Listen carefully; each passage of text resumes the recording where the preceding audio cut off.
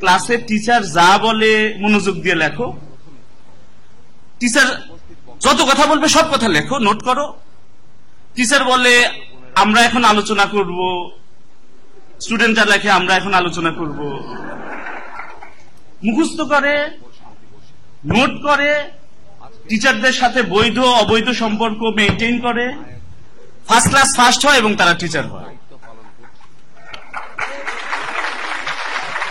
কিছু ব্যতিক্রম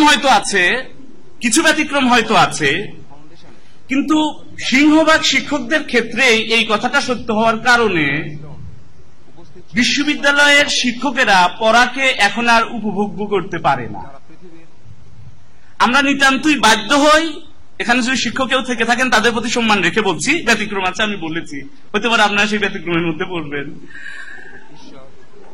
আমি সহজ করে বলি, আমি বিশ্ববিদ্যালয়ের ক্লাসগুলি উপভোগ করি নাই, যেহেতু নম্বর পাওয়ার একটা ব্যাপার আছে, মানে ওই পার্সেন্টেজে একটা ব্যাপার আছে উপস্থিত থাকার, এবং পরীক্ষা দিতে গিয়ে একটা নির্ধারিত সংখ্যক উপস্থিতি লাগে।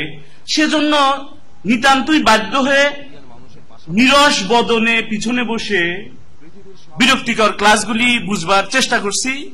প্রথম দিকে মাথা ব্যথা করছে, তা দূর করার জন্য ম্যাগাজিন নিয়ে পড়ছি পিছনে বসে। পোলাপানো মুখস্থ করছে, পরীক্ষা দিচ্ছে, ভালো রেজাল্ট করছে, রেজাল্টটা কি দাঁড়াচ্ছে না বুঝে পড়া। What is the result of না বুঝে পড়া? এই বছর 70,000 জিপিএ 5 পাইছে, 70,000। রেজাল্ট কি? ঢাকা বিশ্ববিদ্যালয়ের খ ইউনিটে 40,000 পরীক্ষা দিছে, ফেল করছে মাত্র 37,000। এই পাশ করা মানে চান্স পাওয়া না, কিন্তু পাশ করা মানে চান্স পাওয়া না, ন্যূনতম একটা নাম্বার পাওয়া। সেইটা 40,000 পাইছে মাত্র 3,000। এর পরিষ্কার অর্থ হইল জিপিএ গোল্ডেন 5 বা 5 পাওয়া সত্ত্বেও ঢাকা বিশ্ববিদ্যালয়ের ভর্তি পরীক্ষায় পাশ করতে পারে নাই, এরকম আছে অনেকেই। ঠিক কিনা বলো? তার মানে আমাদের জিপিএ 5 কোন কাজে লাগতেছে না। আসলে প্রধান গুরুত্বপূর্ণ ব্যাপার হলো পড়াটার ভিতরে ঢোকা, বিশ্লেষণ শেখা। আমি একটা বিদেশি ইউনিভার্সিটির এক্সটার্নালি এখান থেকে পড়ছি, ওরা ব্রিটিশ বিশ্ববিদ্যালয়, ওরা পরিষ্কার করে নিচে লিখে দেয়, উই স্ট্রংলি ডিসকারেজ মেমোরাইজিং। মানে হলো এই যে আমরা শক্তভাবে মুখস্থ করাকে অনুৎসাহিত করি। যদি মুখস্থ করো রেজাল্ট খারাপ করবে, নিচে লেখা থাকে তুমি যদি মুখস্থ করো তাহলে রেজাল্ট খারাপ করবা, তার মানে তোমাকে বুঝতে হবে। আচ্ছা, যারা ওইদিকে তাকায় আসো, ওই ওখানে কি প্রজেক্টর আছে? এদিক তাকাও না ভাই, দেখা না গেলেও চেষ্টা করো ওই দিক তাকাইতে, কারণ ওই দিক তাকাইলে তুমি চোখ ওই দিক রাখতেছো, আমি চোখ দেখতে পারতেছি না, এবং চোখ না দেখলে আমার অস্থির লাগে। ইনফ্যাক্ট বাংলা সিনেমার একটা গান আছে, চোখ যে মনের কথা বলে। এটা খুবই গুরুত্বপূর্ণ যে আমি তোমাদের চোখ দেখতে পারতেছি কিনা, এটা গুরুত্বপূর্ণ। ফলে প্লিজ আমার দিক তাকাও, দেখা না গেলেও। আর উচ্চতা কোনো ব্যাপার না, চেষ্টা করো তাকায় থাকতে। যেটা বলছি সেটা হচ্ছে এই যে না বুঝে পড়ার আমাদেরকে ফলটা কি দিচ্ছে রে ভাই? আমি একটা পরিসংখ্যান দেখলাম, বাংলাদেশে যে পরিমাণ মানুষ MA পাস আছে, কি বলছি খেয়াল করো, বাংলাদেশে যে পরিমাণ মানুষ গ্রাজুয়েট BA পাস এবং MA পাস আছে, অনার্স এবং মাস্টার্স আছে, এই সংখ্যাটা হলো ইউরোপের প্রায় 10টা দেশের মোট জনসংখ্যার সমান। কিন্তু বিজ্ঞানী নাই একজনও। নোবেল পুরস্কার পাইছে মোটে একজন, তাও অর্থনীতির মানুষ হয়ে শান্তিতে। আমি ওনার প্রতি সম্মান রেখে বলছি, তার মানে হচ্ছে যে আমাদের গত 40 বছর বাংলাদেশের সেরা শিক্ষা প্রতিষ্ঠানগুলি আন্তর্জাতিক অঙ্গনে অহংকার করতে পারে এরকম খুব বেশি পাবলিকেশন নাই। এবং এটা তোমরা খুব ভালো করে আরো বুঝবা কেন, তোমাদের অ্যাসাইনমেন্ট নামক একটা অদ্ভুত জিনিস আছে না, কারে কয় উত্তর সোজা, কাট কপি পেস্ট রে অ্যাসাইনমেন্ট কয়। অ্যাসাইনমেন্ট মানেটা কি? ওই বিষয়ে তোমার এক ধরনের বিশেষজ্ঞ জ্ঞান হবে। সেটা কি হচ্ছে? Cut copy paste. বুঝতেছি বা না বুঝতেছি অসুবিধা নাই, অ্যাসাইনমেন্ট তৈরি হচ্ছে। বিশ্ববিদ্যালয়ের শিক্ষকদের লেকচারার থেকে অ্যাসিস্ট্যান্ট প্রফেসর, অ্যাসিস্ট্যান্ট প্রফেসর থেকে অ্যাসোসিয়েট প্রফেসর, অ্যাসোসিয়েট প্রফেসর থেকে প্রফেসর হইতে দেশি এবং বিদেশি জার্নালে পাবলিকেশন লাগে। এটা জানো কিনা তোমরা? বলো। লেখা লাগে, প্রবন্ধ লিখতে হয়। আমাদের কাছে পরিসংখ্যান আছে যে এই প্রবন্ধগুলিরও একটা উল্লেখযোগ্য অংশ, প্রবন্ধ মানে তার নিজস্ব গবেষণা হওয়ার কথা, কিন্তু এই প্রবন্ধগুলিরও একটা উল্লেখযোগ্য অংশ কাট কপি পেস্ট। নিজের যে বিষয়ে ধারণাই নাই সেই বিষয়ে সে প্রবন্ধ লিখছে গবেষণার স্বার্থে না, লেকচারার থেকে অ্যাসিস্ট্যান্ট প্রফেসর হতে চায় সেই কারণে। ফলাফলটা কি? ছাত্ররা প্রফেসর হয়ে গেছে সবাই, কিন্তু ছাত্ররা শিক্ষকের পড়া বুঝতেছে না। অথচ এক সময়ের ঐতিহ্য কি ছিল? হোয়াট ইজ দ্য ঐতিহ্য বিফোর? ঢাকা বিশ্ববিদ্যালয়ের শিক্ষক ছিলেন প্রফেসর আব্দুর রাজ্জাক, যিনি আধুনিক সময়ের সবচেয়ে বড় রাষ্ট্রবিজ্ঞানীদের একজন হ্যারোল্ড লাস্কি তার ছাত্র ছিলেন ব্রিটেনে, এবং ছাত্র থাকা অবস্থাতেই তিনি হ্যারোল্ড লাস্কি মারা যায় এবং সে পিএইচডি শেষ না করেই চলে আসে। ফলে প্রফেসর আব্দুর রাজ্জাকের পিএইচডি শেষ হয়নি। নিজে ঢাকা ইউনিভার্সিটিতে যোগ দেয়, সারা জীবন লেকচারার থেকে প্রফেসর হয়নি বা অ্যাসিস্ট্যান্ট প্রফেসর হয়নি, কারণ দরখাস্ত করার সময়ই পায় নাই। ছিল সারা জীবন লেকচারার, কিন্তু কি পরিমাণ পণ্ডিত মানুষ যে তার ব্যাপারে অধিকাংশ জনই মনে করে বাংলাদেশের সক্রেটিস যদি কাউকে মনে করা হয় তিনি প্রফেসর আব্দুর রাজ্জাক। তার সাথে আলাপ করে একটা বই লিখছে আহমদ সফা। দুজনের পারস্পরিক আলাপচারিতা, দুই মানুষের পারস্পরিক আলাপচারিতাই কি শক্তিশালী হতে পারে, কি অসাধারণ হতে পারে, কি নান্দনিক হতে পারে, কি বুদ্ধিদীপ্ত হতে পারে, কি উপভোগ্য হতে পারে, তার চূড়ান্ত উদাহরণ হচ্ছে যদ্যপি আমার গুরু। আমি তোমাদেরকে যদ্যপি আমার গুরু পড়তে বলি, যদি সময় পাও যদ্যপি, 110-20 টাকা হয়তো দাম, খুব বেশি দাম না, কিন্তু পড়ে ফেলো। দুজন মানুষের গল্প কি অসাধারণ হতে পারে। আহমদ সফা এক একটা বিষয় জিজ্ঞেস করছে আব্দুর রাজ্জাককে, এবং আব্দুর রাজ্জাক উত্তর দিচ্ছে। প্রত্যেকটা উত্তরই এক একটা বিশেষ ব্যাপারে পরিণত হচ্ছে, প্রত্যেকটা উত্তরই ওই বিষয়ে সবচেয়ে সেরা ব্যাপারে পরিণত হইতেছে। এটা দ্বারা বলতে চাচ্ছি যে শুধু প্রফেসর হওয়া গুরুত্বপূর্ণ না, জিপিএ 5 পাওয়া গুরুত্বপূর্ণ না, গুরুত্বপূর্ণ হচ্ছে নিজের বিষয়ের উপরে দখল। আমার কথা কি বোঝা যাচ্ছে? পৃথিবীর সবচেয়ে ধনী ছিল দীর্ঘদিন বিল গেটস। একটা দারুণ কথা কইছে, তার তো অনেক কথাই দারুণ, একটা কই। বিল গেটস বলতেছে যে আমি যখন পড়াশোনা করতাম কিছু সাবজেক্টে জিপিএ 5 পাইছি, কিছুতে পাইছি 4.5, কিছুতে 4 পাইছি, কোনোটাতে 3.5ও পাইছি। কিন্তু আমার কোন বন্ধু সব বিষয়ে জিপিএ 5 পাইছে। আমার যে সকল বন্ধু সব বিষয়ে জিপিএ 5 পাইছে তারা মাইক্রোসফটে চাকরি করে। আমি মাইক্রোসফটের মালিক।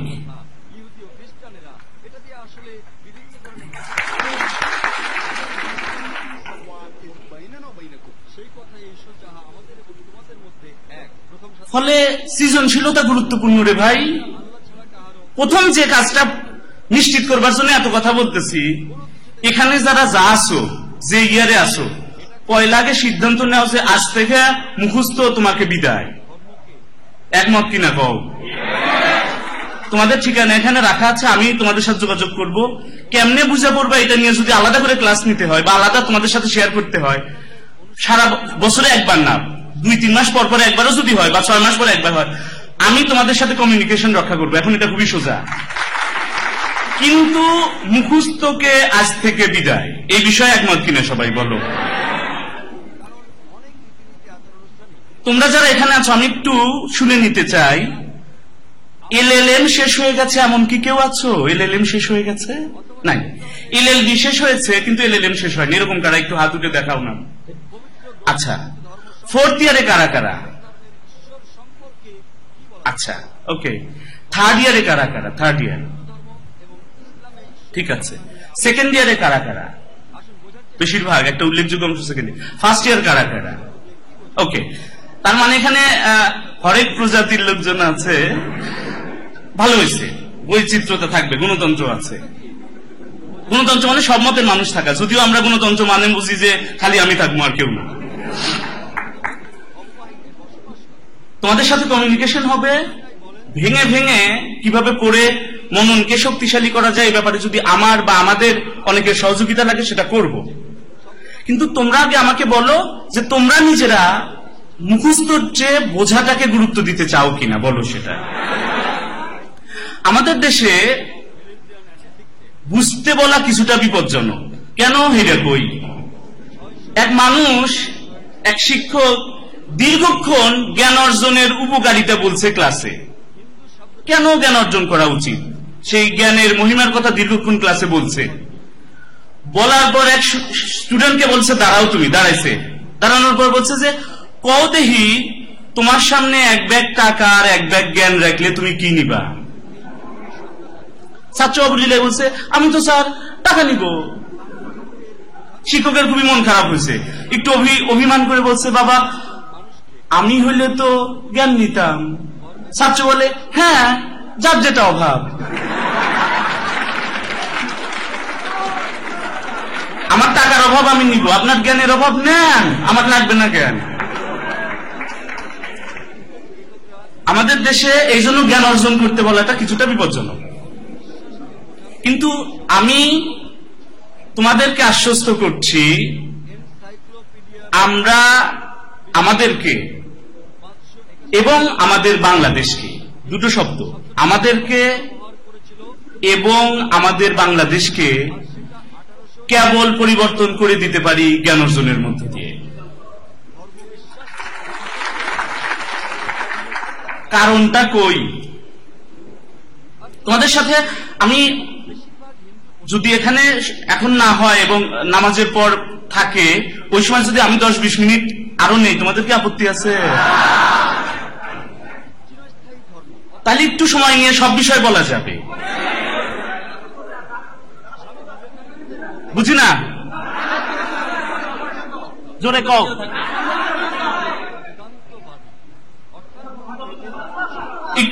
একটু বলি, আমাদের এবং বাংলাদেশের দুইটার জন্য কেন দরকার উদাহরণ বলি। উদাহরণ গুরুত্বপূর্ণ। 3 Idiots দেখছো না যে সবকিছু ডেমো দেখাইতে হয়। কারিনা কাপুরকে আমির খান বলতেছে তোমাকে তো ডেমো দেখাইতে হবে। তোমাদেরকে বলি, সারা পৃথিবীর নাম্বার 1 বিনিয়োগ এবং অর্থনীতি বিষয়ক গবেষণা সংস্থার নাম গোল্ডম্যান স্যাক্স। কি নাম বলো? আমেরিকা অবস্থিত। গোল্ডম্যান স্যাক্স বলছে আগামী দিনে সারা পৃথিবীর অর্থনীতিকে নিয়ন্ত্রণ করবে 5টা রাষ্ট্র। কটা বলো? এই 5টা রাষ্ট্রে তারা নাম দিয়েছে BRICS. Brazil, India, Russia, China, South Africa.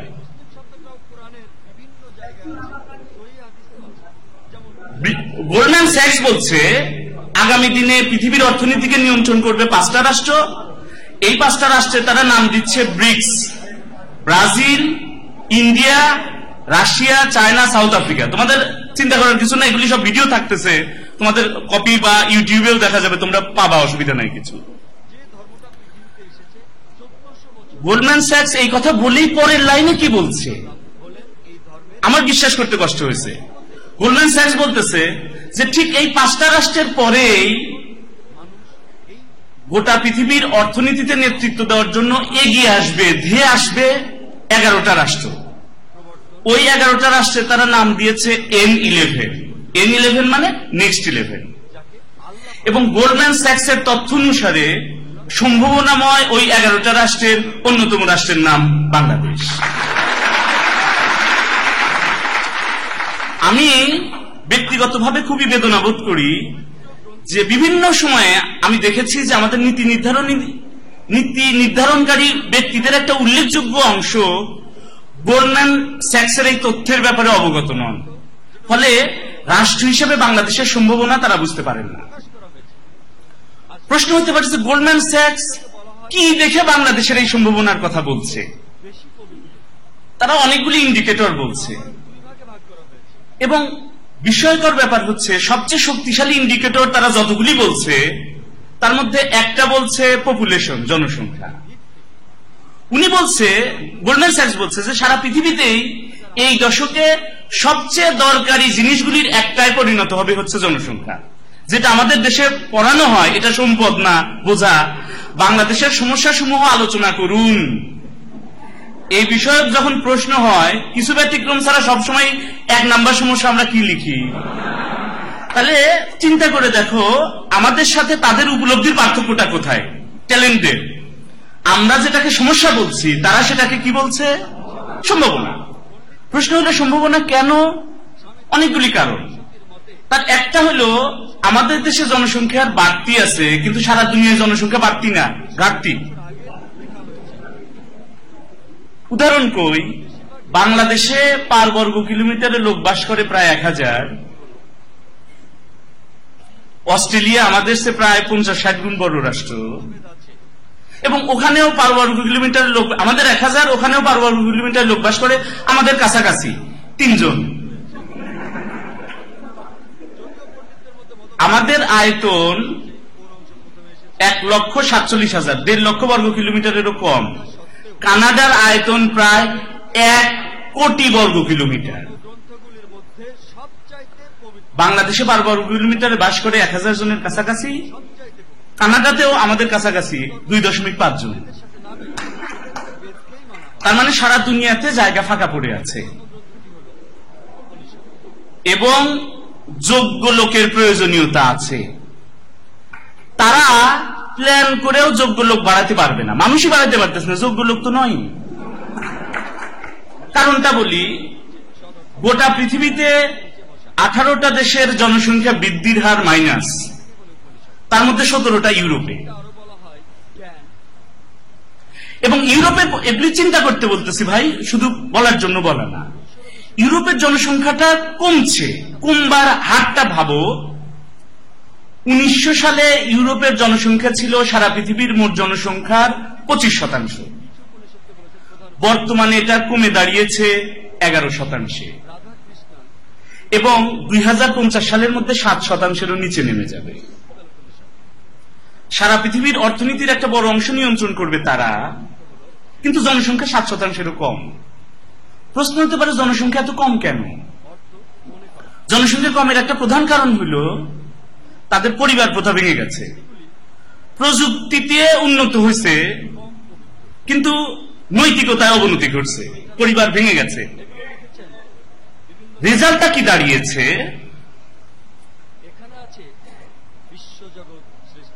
আমাদের দেশে বলে 2টির বেশি নয়, 1টি হলে ভালো হয়।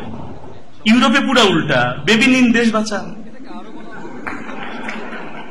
স্লোগান দিয়ে লাভ হচ্ছে না, কারণ তারা এটা বৃদ্ধি করবার যে মূল প্রক্রিয়া, পরিবারকে ভেঙে ফেলছে। এখন প্রযুক্তিতে বৃদ্ধি হলেই কি জনসংখ্যা বাড়ানো যায়? জনসংখ্যা কমে গেলে কি কোনো কোম্পানিকে অর্ডার দিয়ে বলা যাবে ভাই আগামী বছর আমাকে 20,000 বেবি দিয়ে? তাহলে প্রযুক্তি দিয়ে জনসংখ্যা বাড়ানো যাবে না পরিবার ছাড়া। আমি কি পরিষ্কার কি বলতে চাচ্ছি? পরিবারকে শক্তিশালী রাখতে হবে। সেই জায়গায় আমরা এখনো শক্তিশালী, মাশাআল্লাহ। ওরা পরিবার প্রথা ভেঙে যাওয়ার কারণে রেজাল্ট কি দাঁড়িয়েছে? ইউরোপে এখন মোর দ্যান 40% মানুষ বিয়েই করে না জীবনে, একেবারেই না। যারা বা বিয়ে করে তাদের 80%-এর প্রথম বিয়েটা ভেঙে যায় বিয়ের 1 বছরের মধ্যেই। ফলে তারা বাবু নেবার রিস্ক নিতে চায় না। আমেরিকায় তুলনামূলক কনজারভেটিভ সোসাইটি মনে করা হয় ইউরোপের চেয়ে। সেখানে বিয়ে করে না এমন মানুষ 30% ছিল, এটা এখন 35-40% হয়ে গেছে। রেজাল্টটা কি? জনসংখ্যা বাড়ছে না। যারা বা বাড়ছে তাদের একটা বড় অংশ আবার উইদাউট ম্যারিজ। স্ক্যান্ডিনেভিয়ান অঞ্চলে প্রায় 50% বিয়ে ছাড়া সন্তান এখন। আমেরিকাতে এটা 40% ছাড়া গেছে উইদাউট ম্যারিজ। এবং ধারণা করা হচ্ছে উইদিন 2030 সালের মধ্যে আমেরিকার রাষ্ট্রপতি হবেন একজন এমন মানুষ যে তার আব্বুর ব্যাপারে কনফিউজ থাকবে। সে হয়তো বাংলা সিনেমার মতো বলবে, কে আমার বাবা?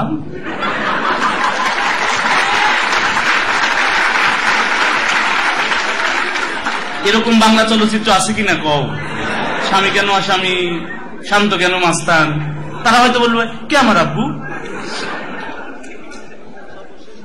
ফলে বিজ্ঞান এবং প্রযুক্তিতে তারা এগিয়ে গেলেও নৈতিকতার ক্ষেত্রে যেহেতু তাদের প্রবলেম আছে, ফলে জনসংখ্যা বৃদ্ধিতে পারবে না আমাদের সাথে। পরিবার প্রথা যেহেতু ভেঙে যাচ্ছে তাদের, আমাদের যে পপুলেশনটা আছে সেইটাকে আমরা বোঝা না মনে করে যদি কাজে লাগাইতে পারি, আমি লিখে দিতে পারি এই শতাব্দীর, আমার ধারণা উইদিন 2050 সর্বোচ্চ, যে সময়টা তোমরাও দেখবা ইনশাআল্লাহ, 2050 সালের মধ্যে আমরা পৃথিবীর অন্যতম প্রভাবশালী রাষ্ট্রে পরিণত হব ইনশাআল্লাহ। এইটা নিশ্চিত করব আমরা সবাই মিলে। এখানে যে 500 জনের মতো আছি, 500 জন মেলা মানুষ রে ভাই। মালদ্বীপকে বদলায় দিছে এক মানুষ, মাহাথির মোহাম্মদ। আমরা যদি সিদ্ধান্ত নেই যে আগামী 20 বছরে বাংলাদেশকে সমৃদ্ধ করব এবং প্রত্যেকেই সেই সমৃদ্ধ করার ক্ষেত্রে ভূমিকা রাখবো, বাংলাদেশ বদলে যাবে ইনশাআল্লাহ। প্রশ্ন হইতে পারে এটা কি সম্ভব? সম্ভব। যে উদাহরণ বলি, জাপান দ্বীপরাষ্ট্র, জাপানের চারপাশে পানি, যাদের ম্যাপ সম্পর্কে আইডিয়া আছে তারা জানে। শত শত দ্বীপ আছে জাপানের, প্রধান দ্বীপ 4টা। জাপান নামটা মিষ্টি হলেও তাদের প্রধান দ্বীপগুলির নাম কি? তিতা। একটার নাম হোক্কাইডো, একটা হোনশু, একটা কিউশু, আর একটা শিকাকু। এই 4 প্রধান দ্বীপ নিয়ে জাপান গঠিত। তার মধ্যে সবচেয়ে বড় দ্বীপটা হচ্ছে হোনশু দ্বীপ, যেখানে রাজধানী টোকিও অবস্থিত। চারপাশে কোন রাষ্ট্র নাই যার সাথে তার স্থল সীমা আছে। জাপানের খনিজ সম্পদ নাই, খুব অনুল্লেখযোগ্য, নাই। তেলের খনি, গ্যাসের খনি নাই। জাপানের জমি উর্বর না, শস্য ফলে না, ভালো শস্য ফলে না। আয়তন 3,29,000 বর্গ কিলোমিটার হলেও বেশিরভাগ এলাকা আগ্নেয়গিরি হওয়ার কারণে মানুষ বাস করতে পারে মাত্র 76,000 বর্গ কিলোমিটার এলাকায়, এবং সেখানে মানুষ 13 কোটির বেশি, প্রায় 14 কোটির কাছাকাছি। 14 কোটির মতো মানুষ বাস করে 76,000 বর্গ কিলোমিটার এলাকায়। তেলের খনি নাই, গ্যাসের খনি নাই, উর্বর জমি নাই। কিছু যে নাই তা না, ভূমিকম্প আছে। এরপরে ফল কি? আমাদের মাথা পিছু আয় $1,000। যাদের তেলের খনি আছে, গ্যাসের খনি আছে, বীজ ফেললেই ফসল ফলে। আহা, কি উর্বর জমি! এক জমিতে ফসল ফলে বছরে 3 বার। আছে কিনা বলো? আমার ফ্যামিলি কৃষক ফ্যামিলি, তোমাদের অনেকেরও তাই হতে পারে।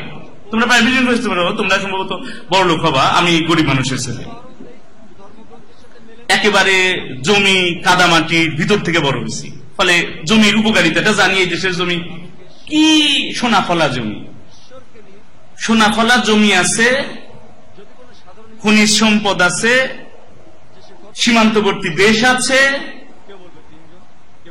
ভূমিকম্পের প্রবণতা এত বেশি নয়, মানুষের বাসযোগ্য জমি জাপানের চেয়ে বেশি।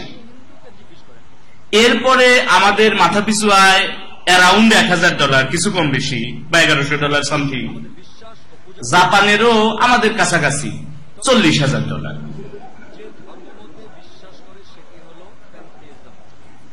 আমাদের তো জাপান ধনী তো নাকি? কথা কও, খালি ধনী? আমাদের সে জাপান ধনী, এটা ছোট করে বলার মানে হলো যে বিল গেটস আমার সে ধনী।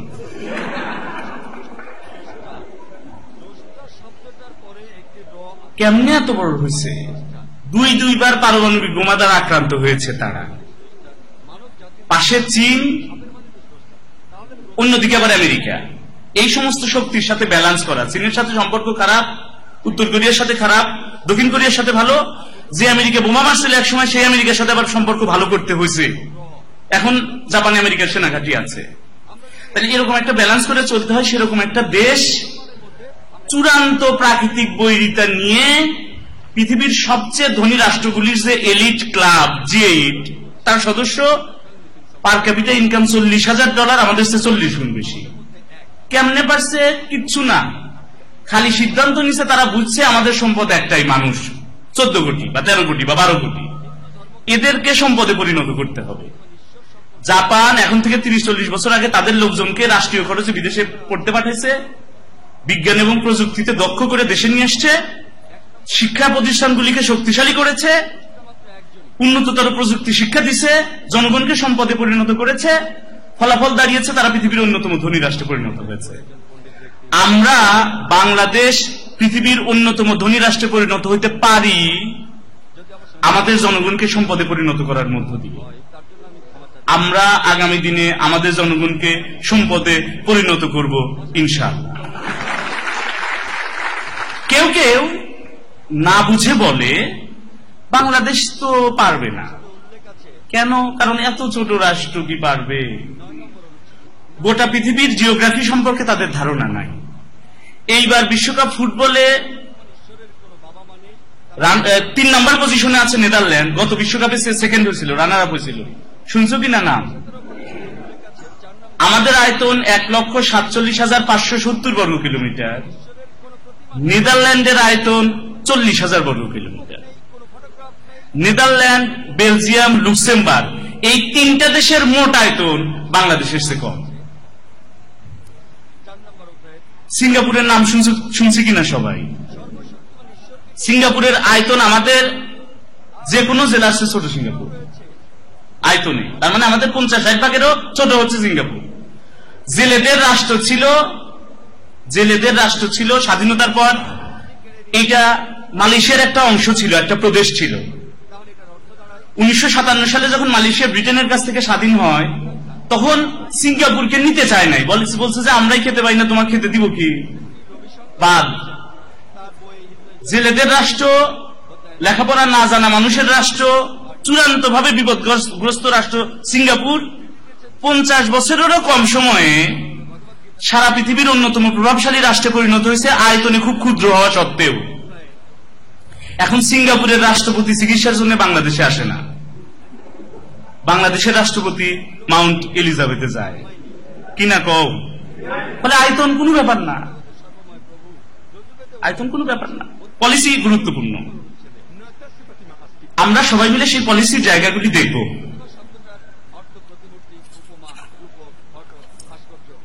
তোমাদের সাথে বেসিক বিষয়গুলি নিয়ে বলতে চাই যে পড়ার জায়গাগুলি কোন কোন জায়গাগুলি দিয়ে তুমি, অনেকে ফার্স্ট ইয়ারে আছো মাশাআল্লাহ, সেকেন্ড ইয়ার লম্বা সময় পাবা, থার্ড ইয়ার লম্বা সময়। এখন থেকে যদি ওই জায়গাগুলি যদি তৈরি হও, জজ হতে পারবা, ম্যাজিস্ট্রেট, এক্সিকিউটিভ ম্যাজিস্ট্রেট হতে চাইলে পারবা, ভালো লয়ার হতে চাইলে পারবা, ইউনিভার্সিটি মেধাবী বুদ্ধিদীপ্ত প্রিয় টিচার হতে চাইলে পারবা, বা অন্য ক্যাডারে যদি যেতে চাও সেটাও সক্ষম হবা। আমি সেই প্রক্রিয়াগুলি নিয়ে অন্তত 20 মিনিট কথা বলতে চাই বা কিছু সময় কথা বলতে চাই। এখন যেহেতু নামাজ সামনে, সেজন্য কন্টিনিউ না করলে ভালো হয় নামাজের পর। তোমরা কি কষ্ট করে থাকতে রাজি হবা? নামাজের পর কথা বলবো। শুধু বাংলাদেশ না, পৃথিবীর যে কোনো রাষ্ট্রকেই যদি কেউ ভালো করে চিনতে চায় যে আমি আমেরিকাকে বা জাপানকে বা ফ্রান্সকে বা ভারতকে বা পাকিস্তানকে, একটা বই পড়ে তাদের রাষ্ট্রনীতি সহ সমস্ত মৌলিক বিষয়ে সবচেয়ে ভালো করে জানতে চাই, কোন বইটা পড়বো কোন? আমি বলবো যে একটা বই পড়তে চাইলে আপনি সেই রাষ্ট্রের সংবিধান পড়েন। সংবিধানের ভিতরে সবচেয়ে মৌলিক কথাগুলি সুন্দর করে দেওয়া আছে ওই রাষ্ট্র কাঠামো সম্পর্কে। মানে সংবিধান পড়তে হবে দুটো কারণে, এক পরীক্ষায় আসে, আর 2 নাম্বার হচ্ছে রাষ্ট্র হিসেবে বাংলাদেশকে যদি ভালো করে চিনে ফেলতে চাই সংবিধান লাগবে। কথা বোঝা গেছে কিনা? তাহলে সংবিধান 1। 2 নাম্বার হচ্ছে কতগুলি মৌলিক আইন আছে বাংলাদেশে, অনেক আইন আছে, তার মধ্যে কোনো না কোনো ভাবে কাজে লাগে সবসময় যে আইনগুলি, সেগুলিও পরীক্ষার জন্য লাগবে বিসিএস পরীক্ষায়। তার একটা হচ্ছে সিভিল প্রসিডিউর কোড, সিপিসি। যারা জ্যেষ্ঠ স্টুডেন্ট এখানে তারা জানেন, কিন্তু ফার্স্ট ইয়ার সেকেন্ড ইয়ার তাদের এই ব্যাপারগুলি সম্পর্কে সবার ধারণা নাই। সিপিসি পড়তে হবে। এরপর পেনাল কোড, এরপর সিআরপিসি, ক্রিমিনাল প্রসিডিউর কোড, এরপর এসআর অ্যাক্ট, সুনির্দিষ্ট প্রতিকার আইন, স্পেসিফিক রিলিফ অ্যাক্ট, এরপর এভিডেন্স অ্যাক্ট, সাক্ষ্য আইন। সাক্ষ্য আইন যেটা আছে আমাদের খুবই শক্তিশালী আইন, সিভিল ক্রিমিনাল দুইটাতেই ব্যবহার করা হয় এটা, এবং অনেক প্রয়োজনীয় আইন। এবং আমার বিবেচনায় সবচেয়ে সুচিন্তিত আইনগুলির একটা হচ্ছে সাক্ষ্য আইন। এর বাক্য বিন্যাসও কঠিন এবং শক্তিশালী। ফলে উচিত হলো সাক্ষ্য আইনের প্রতিটা অনুচ্ছেদ ভেঙে ভেঙে পাঠ পাঠ করে করে পড়া, নট গাইড পড়া। সাক্ষ্য আইনটা খুব জরুরি ভালো করে বোঝা। ভালো বিচারক হতে চাইলে, ভালো ম্যাজিস্ট্রেট হতে চাইলে, জজ হতে চাইলে, ভালো উকিল হতে চাইলে সাক্ষ্য আইন খুবই গুরুত্বপূর্ণ, খুবই গুরুত্বপূর্ণ, খুবই গুরুত্বপূর্ণ, খুবই গুরুত্বপূর্ণ। সাক্ষ্য আইনটা পড়তে হবে। এর সাথে টিপি অ্যাক্ট, সম্পত্তি হস্তান্তর আইন, ট্রান্সফার অফ প্রপার্টি অ্যাক্ট, এর সাথে রেজিস্ট্রেশন অ্যাক্ট, রেজিস্ট্রেশন অ্যাক্ট, এর সাথে তামাদি আইন, লিমিটেশন অ্যাক্ট। লিখছ কি? 1 constitution, 2 civil procedure code, 3 penal code, 4 criminal procedure code, 5 specific relief act, 6 limitation act, 7 transfer of property act, 8 evidence act, 9 contract act, চুক্তি আইন। এর সাথে এডিআরটা থাকে, যারা এডিআর নিবে তাদের এডিআর দিলে মার্কস ভালো, এডিআরটা দিতে পারো। এডিআর সম্পর্কিত যে আইনগুলি আছে সেগুলি। আইন পড়ার ক্ষেত্রে আমি দুটো দৃষ্টিভঙ্গি বলি। প্রথম দৃষ্টিভঙ্গি হলো অবশ্যই মূল কোডটা সাথে থাকতে হবে। মূল কোড, গাইড পরে আগে কোড, বুঝছো কি না? কোডটা অনেকে গাইড করে পরীক্ষায় পাশ করে ফেলে, first year, second year, third year, fourth year পাশ হয়ে যায় বই পড়ে, কোডটা না দেখেই। প্রথম কাজ হলো কোডটা, মূল কোডটা ভেঙে ভেঙে পড়া। অনেক আইনি আছে যেখানে খুব বেশি সেকশন নাই, কিন্তু এটার ব্যাখ্যা অনেক বড়। এভিডেন্স অ্যাক্ট সেকশন বেশি না, কিন্তু এর ব্যাখ্যা অনেক বড় বড় বই আছে। বইগুলি পরে পয়লা কাজ হচ্ছে কোডটা খুব বুঝে পড়ার চেষ্টা করা। যদি না পারো বড়দের হেল্প নাও, টিচারের হেল্প নাও, এটা গুরুত্বপূর্ণ। প্রথম মেইন সোর্সটা পড়বা, এরপরে এটার এক্সপ্লেনেশন পড়বা। ভালো হয় প্রতিটারই ডিএলআর পাওয়া যায় সাথে। এভিডেন্স অ্যাক্টের ডিএলআর পাওয়া যায়, পেনাল কোডের ডিএলআর পাওয়া যায়, সিআরপিসির ডিএলআর পাওয়া যায়, সিপিসির ডিএলআর পাওয়া যায়। এই ডিএলআর সাথে সংশ্লিষ্ট কেস ল দিয়ে যদি পড়ো অধিকতর শক্তিশালী হবে। কিন্তু এটা একটু সেকেন্ডারি পর্যায়ে। প্রাথমিক পর্যায়ে হচ্ছে মূল কোডটা পড়া, এর সাথে প্রাসঙ্গিক বইগুলি পড়া। এইখানে একটা কথা তোমাদের কই, বাংলাদেশে বাংলা লেখার এক ধরনের রেওয়াজ চালু আছে কিনা বলো? কমন পড়লে ভালো, না পড়লে কোনো অসুবিধা নেই, বানায় দিই। বানায় দিয়ে অনার ফার্স্ট ইয়ার চলে যায়, সেকেন্ড ইয়ার চলে যায়, থার্ড ইয়ার, ফোর্থ ইয়ার। এবং নিজেরা বলিও দোস্ত কমন পড়ছে, হ্যাঁ 80% পড়ছিল, 20% আনসার কমন পড়ে নাই, ফেলে আসছিস, মাথা খারাপ, কেমনে দিছি, শুদ্ধ সোজা বানায় দিছি। এবং কইও একজন আরেকজনকে যে কিছু না কিছু নম্বর তো দিল, বলি কিনা বলো? তুমি তোমার এই অসাধারণ প্রতিভা অন্য বিষয়গুলির ক্ষেত্রে প্রয়োগ করে অসুবিধা নাই। যেমন ধরো সাধারণ জ্ঞান বাংলাদেশ প্রশ্নে একটা চ্যাপ্টার আছে, role of NGOs in Bangladesh, বাংলাদেশে এনজিওর ভূমিকা। কমন যদি পরে ফাইন, নাও যদি পরে প্রশ্নটা ফেলে আসার কিছু না। আমরা জানি এনজিও কি কি কাজ করে, জানি কিনা বলো? 8-10টা পয়েন্ট ঠিক করলাম যে হ্যাঁ মাইক্রো ক্রেডিট দেয়, ক্ষুদ্র ঋণ দেয়, সেখানে 5 বাক্য লিখলাম। আর কি করে? এম্পাওয়ারমেন্ট অফ উইমেন, নারীর ক্ষমতায়নের জন্য কাজ করে, ভালো। আর কি করে? স্যানিটেশন নিয়ে কাজ করে, পরিষ্কার পরিচ্ছন্নতা। আর কি করে? মা ও শিশুর স্বাস্থ্য, এগুলি নিয়ে কাজ করে। আর কি করে? বাচ্চাদের স্কুলে নিয়ে যাওয়া, সেগুলি নিয়ে কাজ করে। এরকম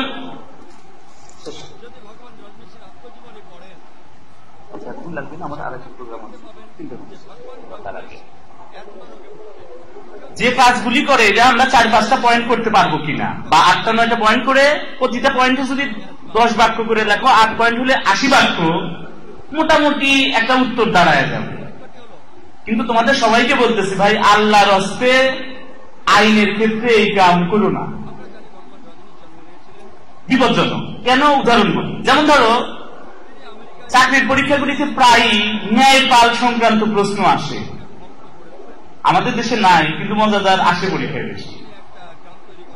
অম্বুডসম্যান, ধরো টিকা আসলো ন্যায়পাল, তোমাকে প্রথম লিখতে হবে যে ন্যায়পাল সম্পর্কে আলোচনা করা হয়েছে বাংলাদেশের সংবিধানের ৭৭ নম্বর অনুচ্ছেদে।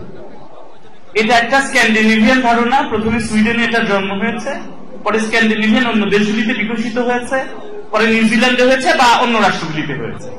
বাংলাদেশে ন্যায়পাল বলে, ভারতে বলে লোকপাল।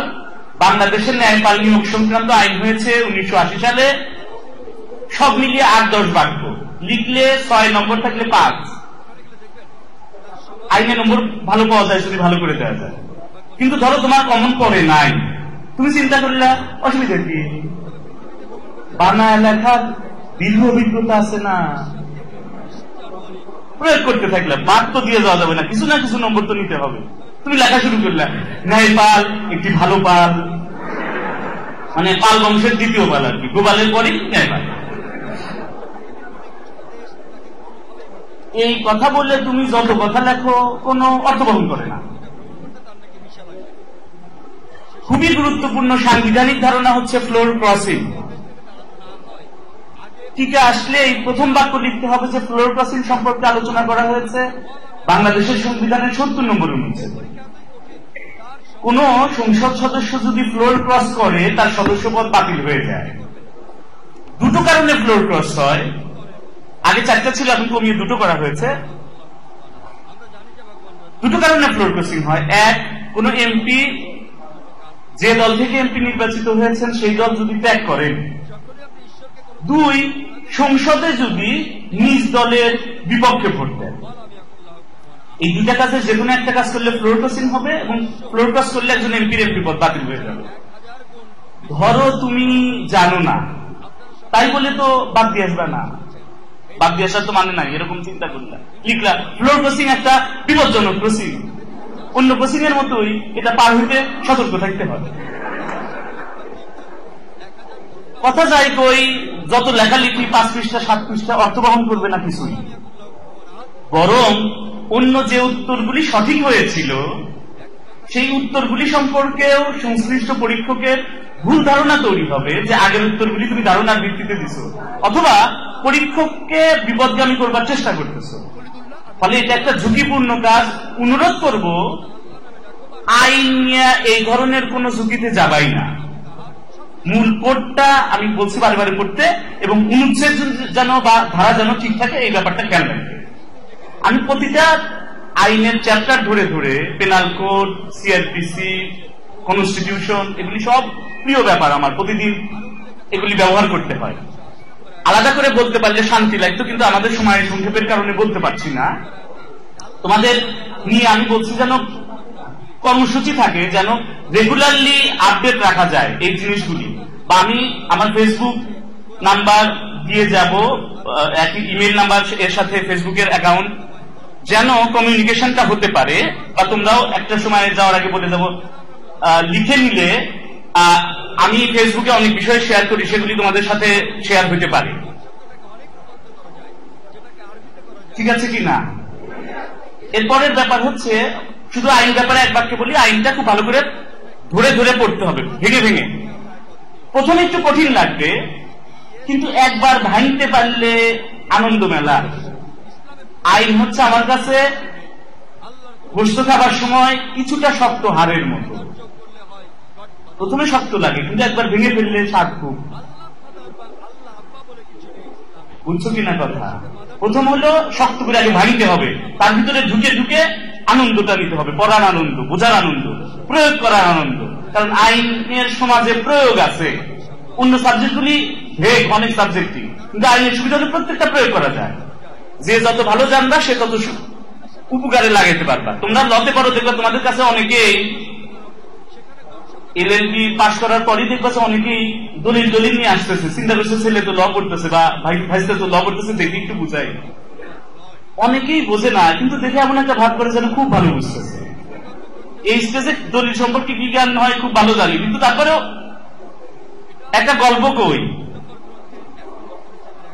আইনস্টাইন যখন থিওরি অফ রিলেটিভিটি আবিষ্কার করছে, তখন জার্মানির বিভিন্ন জায়গা থেকে আইনস্টাইনকে অনুরোধ করা হচ্ছে থিওরি অফ রিলেটিভিটির উপর বক্তব্য রাখবার জন্য। এখন যেমন প্রফেসর ডক্টর ইউনুস বিভিন্ন জায়গায় মাইক্রো ক্রেডিট নিয়ে সারা দুনিয়া জুড়ে বক্তব্য রাখছেন। আইনস্টাইনকে জার্মানির এক দূরবর্তী প্রদেশ থেকে অনুরোধ করা হয়েছে যে আপনি আসেন, থিওরি অফ রিলেটিভিটির উপর কিছু বলেন। উনি যাচ্ছে আইনস্টাইন, রাস্তায় তার গাড়ির ড্রাইভার বলতেছে যে স্যার একটা কথা কই, কিছু মনে করেন না। আইনস্টাইন বলে কও, কি কবা? বলে স্যার আপনি থিওরি অফ রিলেটিভিটির উপরে এর আগে এতবার বক্তব্য দিচ্ছেন যে এটা আমার মুখস্থ হয়ে গেছে, আজকে আর আপনার বলার দরকার নাই, আজকে আমি আপনার বক্তব্য দিয়ে দিব। অন্য কেউ হলে রেগে যেত, আইনস্টাইন আগে নাই। আইনস্টাইন বলছে পারবা? ড্রাইভার পর এটা ব্যাপার হইল। আইনস্টাইন বলছে দাঁড়াও, দাঁড়াইছে, নিজে গাড়ি থেকে নামছে, জামা কাপড় নিজেরটা খুলে তাকে পড়াইছে, তারটা শুয়ে পড়ে ড্রাইভিং সিটে বসছে। ড্রাইভারকে বলছে তুমি আমার সিটে বসো।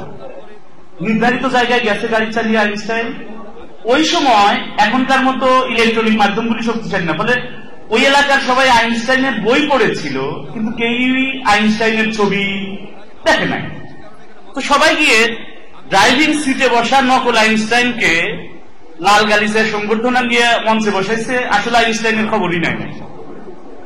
কিছুক্ষণ পর উপস্থাপক ঘোষণা করছে, now we are requesting your excellency Albert Einstein to deliver his speech. আমরা মহামান্য আলবার্ট আইনস্টাইনকে অনুরোধ করছি তার বক্তব্য রাখবার জন্য। এই ঘোষণা যেই না দিছে, গাড়িতে বসার আসলে আইনস্টাইন চিন্তা করছে ও তো পারবে না, আমাকেই যেতে হবে। কিন্তু তাকে অবাক করে দিয়ে তার ড্রাইভার খুব ভাবসাম্য এরকম করে এসে মঞ্চে দাঁড়াইছে ডায়াসের সামনে, এবং আইনস্টাইনকে অবাক করে দিয়ে সে সেই বক্তব্য রাখা শুরু করছে এর আগের বিভিন্ন সেমিনারে আইনস্টাইন যে বক্তব্যগুলি রেখেছিল।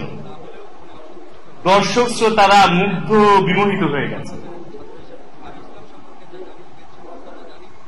দর্শক শ্রোতারা মুগ্ধ বিমোহিত হয়ে গেছে। এবং অনুষ্ঠান শেষে আইনস্টাইনের সাথে একটু হাত মিলানোর জন্য অস্থিরতা, যে জগৎ বিখ্যাত বিজ্ঞানীকে একটু ছুঁয়ে দেখি। ড্রাইভারও ব্যাপারটা সুযোগ নিচ্ছে, সেও ভাব নিচ্ছে যে না থাক থাক। প্রবলেমটা তৈরি হয়েছে কিছুক্ষণ পর। ওইখানকার বিভিন্ন ইউনিভার্সিটির টিচাররা যারা ফিজিক্স এবং ম্যাথস পড়ায়, তারা দীর্ঘদিন ধরে অঙ্ক আর পদার্থ বিজ্ঞানের কিছু মৌলিক সূত্র মিলাইতে পারতেছিল, এবং তারা চিন্তা করছে যে আজকে মহামান্য গুরু আলবার্ট আইনস্টাইন আসছে, আজকে তো সব মিলাই নেওয়ার দিন। আসছে কাগজপত্র নিয়ে সামনে বিনয়ের সাথে বলছে স্যার একটা কথা কই যদি কিছু মনে না করেন। কেউ ভাবলে বলতেছে কও, কি কবা, দাও কি অবস্থা। বলছে স্যার আমরা তো এখানে বিভিন্ন ইউনিভার্সিটি ফিজিক্স এবং ম্যাথস পড়াই, দীর্ঘদিন ধরে অঙ্কের আর পদার্থ বিজ্ঞানের কিছু নিয়ম মিলাইতে পারতেছিলাম না, আপনি যদি একটু মিলাই দিতেন তাহলে খুব ভালো হতো। এটা যেই না বলছে সে তো ভিতরে ভিতরে শুকায় যাওয়া শুরু হয়েছে। চিন্তা করছে এতক্ষণ সম্মানের সীমা ছিল না, জানলে কি একটাও মাটিতে পড়বে না, কিন্তু চিন্তা করছে যে ব্যর্থ হওয়া যাবে না। সে বলছে দেখি দাও তো। এমন ভাবে সে পড়ার ভাব দেখাইতেছে যেন সে খুব ভালো বুঝতেছে, আসলে সে এক লাইনও বুঝতেছে না। কিছুক্ষণ পর সে গম্ভীর হয়ে গেছে, রেগে গেছে। রেগে যা বলছে তোমরা কি করো যেন বলছিলা, তোমাদের প্রফেশন কি যেন? বলছে স্যার আমরা তো ইউনিভার্সিটিতে ম্যাথ আর ফিজিক্স পড়াই। তখন সে রেগে গেছে, রেগে যা বলছে ফিজিক্স আর ম্যাথস এর মতো গুরুত্বপূর্ণ জিনিস পড়াও তোমরা, তোমাদের কে নিয়োগ দিয়েছে? এইসব তুচ্ছ জিনিসের জন্য তোমরা আমার কাছে আসছো, আমার ড্রাইভারের কাছে যাও।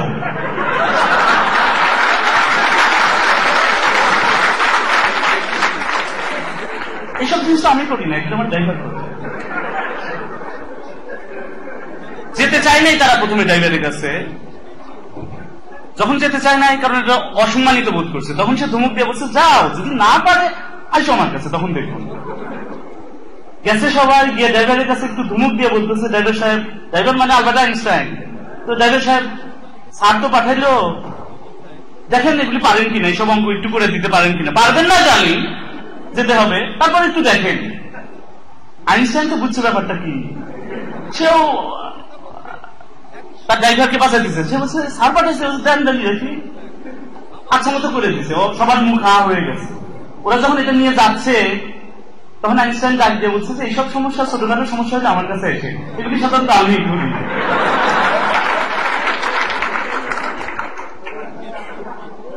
বলছি যেটা মুখস্থ বারে বারে শুনে